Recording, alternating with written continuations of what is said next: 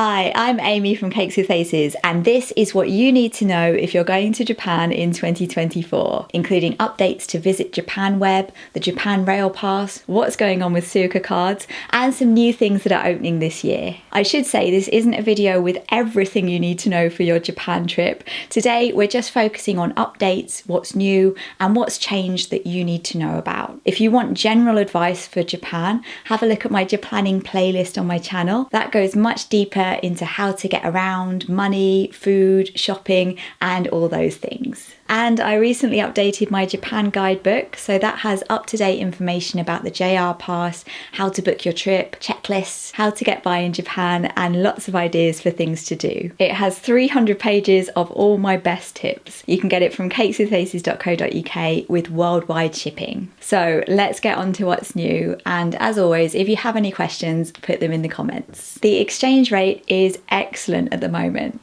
I can't say for all currencies, but for British pounds, it's the best rate since 2015, and the dollar rate is excellent as well. So that makes everything in Japan that little bit cheaper. Now, I am no expert in economics, and this is not financial advice, but now does seem like a good time to get some yen if you've got a trip planned this year. Who knows, maybe the rate will get even better, but seeing as it's the best rate in 9 years, it seems like a pretty good time to lock it in and get some yen. Which brings us on to cash, and a reminder that you do still need cash in Japan. Credit card usage has become more widespread and contactless cards, but there are still places that only take cash, including games arcades, vending machines, snacks kiosks, train ticket machines, some smaller restaurants and smaller tourist attractions. Some of those do take IC cards, which are the cards you use to pay for your trains, but you also need cash to top them up unless you've got the mobile Suica. And it's not unusual to come across a cash-only sign. If you're staying in a ryokan, a traditional Japanese hotel, check if they accept cards because they can be a bit old-fashioned. Last time I had to take a big envelope of cash to pay for mine. And always check if your credit or debit card is commission-free to use abroad so you don't get extra charges from your bank. There's a video in my Japanning playlist all about money with everything you need to know. Visit Japan Web is a website that was introduced in 2022 as a way of handling customs, immigration and quarantine paperwork. You fill it in online before you travel, and it gives you QR codes to scan when you arrive at the airport in Japan, and that replaces the paper forms you used to have to fill in on the plane. It's not compulsory, but if you don't do it, you do have to fill in the paper forms instead. So it makes things a lot smoother when you arrive at the airport, because the last thing you want after a long haul flight is to have to queue up and fill in a load of forms. You can find it at vjw-lp.digital.go.jp/en/ very snappy. There have been some scam apps, so be aware that the official one is a website, it's not an app. There have been some changes since it was first introduced. You don't have to upload your proof of vaccination anymore, that part is gone. And there's a new section for tax-free shopping. Some shops in Japan offer tax-free shopping for foreigners. You used to have to show your passport at the till, so now if you fill in this new section of Visit Japan Web, it gives you a QR code to scan instead. Although you should be aware that as a foreigner, you have to carry your passport with you at all times anyway. I've just filled it in for my next trip. You have to take a photo of your passport and it grabs your photo and all your details automatically. I did it on a laptop in the evening and it took quite a few goes to take a photo that it would accept because it was in artificial light and the photo page of your passport is shiny, so it might be easier to do it in the daylight and on your phone. You can have as many goes as you want and it's checked automatically. Do check the details because I found it read a couple of letters incorrectly, but it's really easy to correct them just by typing. To get the QR code for tax-free shopping, you have to take a picture of the landing permission sticker in your passport, which you get once you go through passport control. So you just need to finish that off when you arrive in Japan. Then you get your QR code and you can go shopping. A section to watch out for in Visit Japan Web is about visas. I thought the information it gives you is quite confusing, so I'd recommend knowing beforehand whether you need a visa or not. Japan has a visa exemption scheme for 70 countries, including the UK, Canada and the USA. So if you're from one of those countries, you don't need to do anything if you're just going for a short stay as a tourist. But I am not qualified to give information about visas, so check your country's government website or Japan's Ministry of Foreign Affairs. There's also a new section on Visit Japan Web that asks about travel insurance. It's really simple and you don't even have to enter any details. A few people have asked me when's the best time to do Visit Japan Web. There's no official rule on that, but you can fill it in as soon as you have the dates of your trip confirmed and an address where you'll be staying in Japan. I recommend not leaving it until the very last minute, just in case, the website's down or there's any problems. Next, updates to the JR Pass. As you may know, the price of the Japan Rail Pass went up in 2023. It was the first price increase in decades and it's changed the whole situation. Instead of buying it automatically if you're travelling long distance around Japan, now you really need to do the maths and work out if it's worth it for you. There are calculators that make this easier. This one's on Japan Guide. To find it, search for Japan Guide JR Pass Calculator. You enter the details of the long distance trips you'll be doing and it tells you if the pass is likely to be worth it or not. If you want to check Shinkansen prices, I use an app called Japan Travel by Navitime. You can just check them on Google.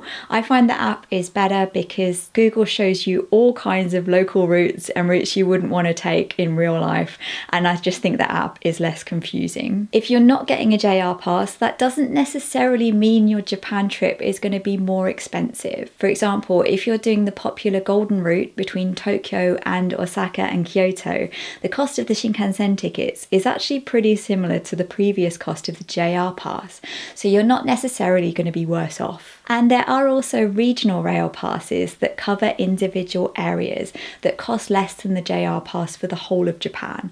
So if you're not travelling around the whole country, it could save you money.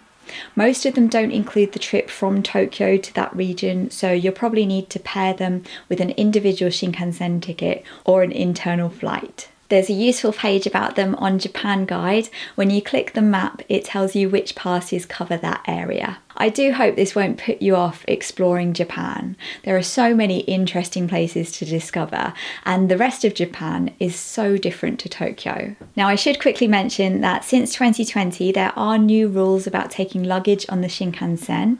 It's not too much to worry about because chances are your luggage probably isn't oversized, but if you want to use the luggage space at the end of the carriage, you do have to reserve it now.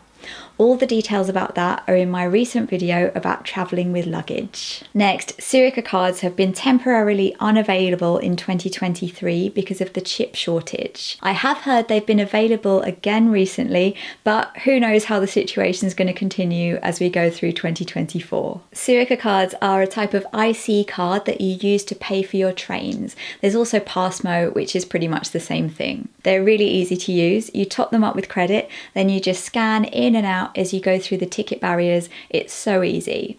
I'd recommend them as the easiest way to pay for your trains. They're valid for all the train lines, all the different train companies. It's just the most hassle-free option. I have seen so much drama about the shortage, lots of clickbait videos and headlines, but it's really not that much of a problem. Suica hasn't been discontinued, it's just been temporarily unavailable because of the chip shortage. And there are several alternatives. The first one is Welcome Suica or Passmo Passport, and these are versions that are designed for tourists. They only last 1 month and you can't get a refund of any credit that's left over at the end of your trip, so make sure you use it all up. But you can use them at vending machines and some shops. But otherwise they're exactly the same as the regular Suica or Passmo cards. Passmo Passport is possibly even better because it has cute Sanrio characters on it. And at the moment, Welcome Suica is only available from Haneda Airport, not Narita, but I'm guessing that's a temporary thing due to availability. The next option, if you have an iPhone, you can use mobile Suica on your phone through Apple Wallet. The big advantage of this is you can use your card to top it up, whereas if you have a physical card, you mostly need cash to top it up at the ticket machine. Unfortunately for foreigners, this isn't available through Android. The next option is regional IC cards from other areas of Japan are still available, like this one, the Nimoka from Fukuoka. So if you're flying into Osaka or if you're visiting another region of Japan, you can just get the local IC card there and you can use it throughout most of Japan, just the same as Suica or Passmo. And you can get Toika cards in Tokyo. Toika is the IC card from JR Central, which operates this central region of Japan. And their card has cute chicks on it. You can get it from Tokyo Station at the JR Tokai ticket office at the Yaesu North exit, or Shinagawa Station at the JR Tokai ticket office at the Shinkansen North exit. And if you have an old IC card from a previous trip, you can still use that. They last for 10 years. So there are lots of alternatives. Availability may change over time as chips become available or not available, but there are lots of options. Next is a change I noticed on my trip last year compared to before 2020. Some restaurants seem to be really busy, especially if they've become well known online or if it's somewhere that everyone's heard of. And for me, as a vegetarian, if it's somewhere that's popular on websites like Happy Cow, there will be a long queue at dinner time. This is especially true at the weekends. For example, when I went to Oko in Osaka for okonomiyaki, the queue was so long.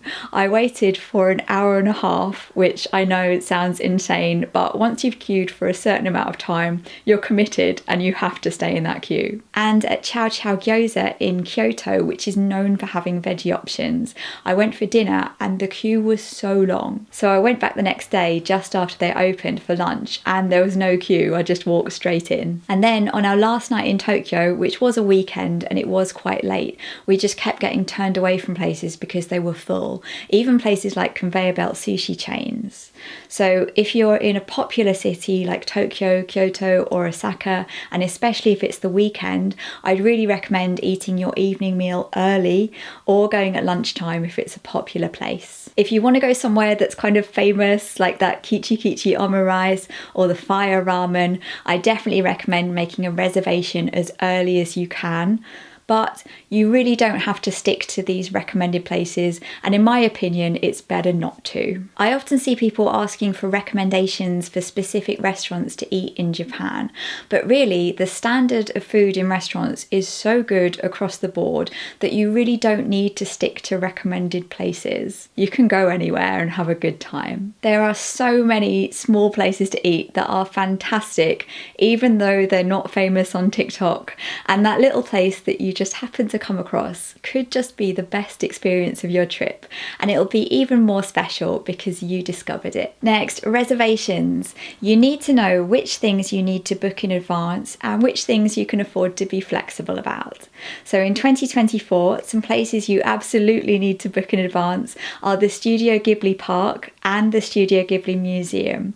For both of them, you need to book tickets the second they come on sale because they're in such high demand. This year, TeamLab Borderless is also going to be popular because that's reopening in its new location. And you also need to reserve if you want to go to theme cafes, especially popular ones like the Pokemon Cafe. For other things like TeamLab Planets, Shibuya Sky and the Sky Tree, the best way is to go on their official website and start going through the booking process. It will show you how many tickets are left, so you know if you can leave it or if you need to grab them before they sell out. It also depends when you're going. If you want to go up Shibuya Sky at sunset, that's the most popular time, so you will need to book that in advance.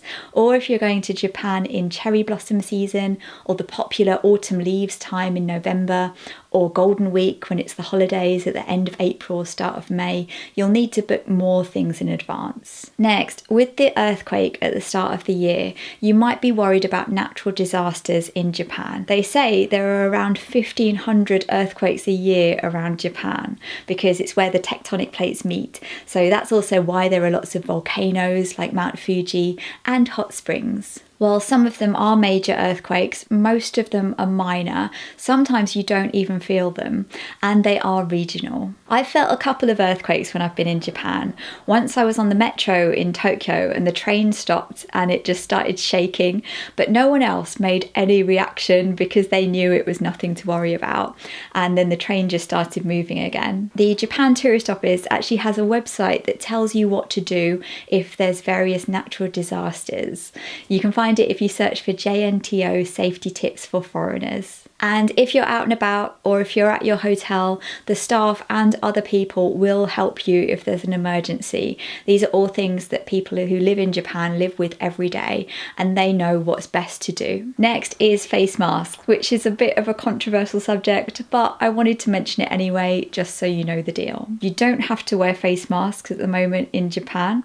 From what I've heard, right now, some people are choosing to wear them in public, and some people are choosing not to wear them. And even before 2020, some people in Japan wore face masks for a whole range of reasons. For me, I'll probably take one with me, but not really expect to wear it, just so I've got it in case I'm in a situation where everyone's wearing masks and it feels like a faux pas to not have one. It seems like the airlines don't require you to wear masks anymore. I haven't checked every single one, but certainly the Japanese airlines, Japan Airlines and ANA say it's now up to your personal choice whether you want to wear one or not. Now, on to the new things. These are the major new attractions that are opening in 2024. I will have a Japan news video coming up with smaller things and events and what's going on over the next few months, so subscribe if you want to catch that. First, TeamLab Borderless is reopening on the 9th of February 2024 in a new location in this new complex called Azabudai Hills, which is near Tokyo Tower. I love how this looks. TeamLab Borderless is the permanent digital art museum. It's much larger than TeamLab Planets, which is the temporary one, but only Planets has the water rooms. I have a video from before it moved, and I'm hoping to go again once it reopens. It's such a unique, different experience. I totally recommend it for anyone. Next, the final area of the Ghibli Park near Nagoya is opening on the 16th of March 2024. It's the Valley of Witches, with the bakery from Kiki's Delivery Service and Howl's Moving Castle. The ticket options will also be changing once all the areas are open. Instead of individual tickets for the different areas, there'll be various day passes. At the moment, for foreigners, there are two options. There's the Osampo Day Pass and the Osampo Day Pass Premium. The premium option gives you access to everything. The non-premium one lets you go to all the outside areas, but it doesn't include a couple of the buildings. On the Japanese site, there's also another option which is outside only and doesn't include any of the buildings. At the moment, tickets are released 2 months in advance on the 10th of the month, and it is so popular. So if you want to get one, you need to be online the second they go on sale. But do check that in case the process changes in future. Next, at Universal Studios Osaka, the next part of Super Nintendo World is opening in spring 2024. It's called Donkey Kong Country, and it's going to be jungle themed with a new ride. Super Nintendo World is already really popular. To get into it, you need an extra pass as well as your main theme park ticket. There are free and paid ways to do that. So if you want to go to the new Donkey Kong Country, check up on how to get a pass to make sure you can get in. And finally, a new section of Tokyo Disney Sea is opening on the 6th of June 2024 called Fantasy Springs. It looks so beautiful. I'm really looking forward to it. There are areas themed around Frozen, Tangled and Peter Pan, and a whole new themed hotel inside the park. The theming at Disney Sea is so detailed and just beautiful that I'm sure it'll look just as good in real life as it does in these previews. I'm really looking forward to Rapunzel's Lantern Festival boat ride. Reservations for the new hotel open on the 8th of February. I am expecting it will be difficult to get a reservation to start with because it will be so popular. And if you want to go to the new section, Fantasy Springs, they will be restricting access because it's going to be so popular. So read up on how to get a pass if you want to go. Just like with Universal, it looks like there'll be free and paid options. So I hope those updates help if you have a Japan trip coming up in 2024. If you have any questions, put them in the comments. I'll be filming new Japan travel videos this spring. I can't wait. And there's lots more coming up on my channel every Thursday. I'll see you soon. Bye bye.